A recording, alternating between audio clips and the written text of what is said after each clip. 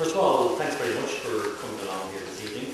I know that many of you are already very deeply involved in the whole issue of seeking to achieve justice for the Palestinian people.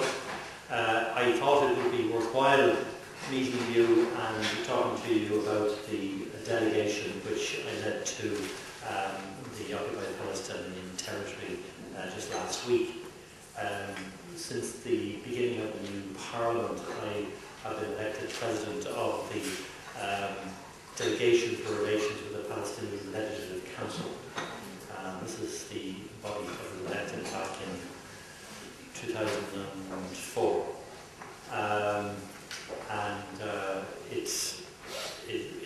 Obviously it has elected Fatah members, it has elected Hamas members. In fact, the majority of members elected were members of Hamas, but there were also other groups as well, other parties and factions, as they call them, there were also elected. So our responsibility as members of the European Parliament delegation is to maintain relations with the elected members of the Palestinian people, regardless of their political affiliation, and that's what we do. We have refused to be browbeaten into only meeting the people who Israel wants us to meet, or indeed anybody else who wants us to confine our activities to those that either the Commission of the Council or Israel or anybody else believes are the people we should be talking to. Inevitably, therefore, we get into sort of slight sort of conflicts with various people from time to time. But in any event, we organised our delegation for last week. It was a 4-day visit, 6 days if you count travel time, but we had 4 working days planned. We were to start in Bethlehem, go from Bethlehem to Hebron, go from Hebron to Jerusalem, and Jerusalem then to Ramallah, and then Ramallah to Gaza. And we did most of that up to the point where we were to travel the following morning. On the Tuesday night we got word we were to travel the following morning to Gaza, and we got word that the permission we had already been given the previous Sunday had been rescinded. And we sort of inevitably were sort of speculating as to what this might be. The reason given was security.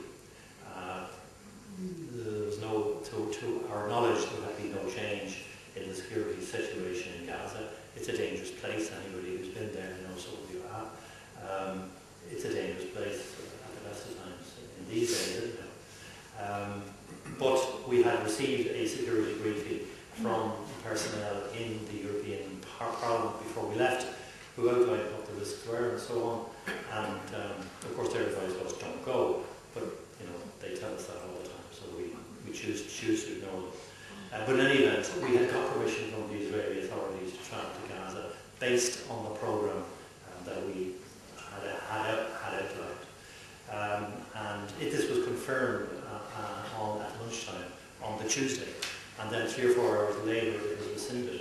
The only thing that happened between the final approval at lunchtime on Tuesday and the cancellation was the Council of Foreign Affairs Minister's statement, where they very clearly reiterated that Israel had to stop the expansion of settlements, the freeze settlements, that they had to recognise the validity of East Jerusalem as a capital for a Palestinian state, or indeed Jerusalem as a capital for a Palestinian state. The idea being that there would be a capital for both states, and that house demolition was to stop, etc.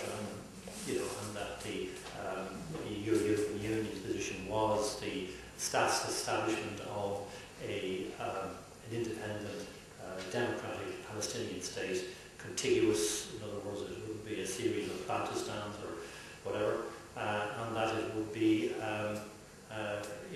achieved through negotiation. And in the meantime, the European Union Council also stated that they supported the Salam Fayyad document which had been published by him on behalf of the Palestinian Authority, seeking over the next 2 years to establish state institutions. And the document is entitled Ending the Occupation, Establishing a Palestinian State, and that has a 2-year time frame. The Council announced its support for that programme and also indicated that at an appropriate time to recognise a Palestinian state.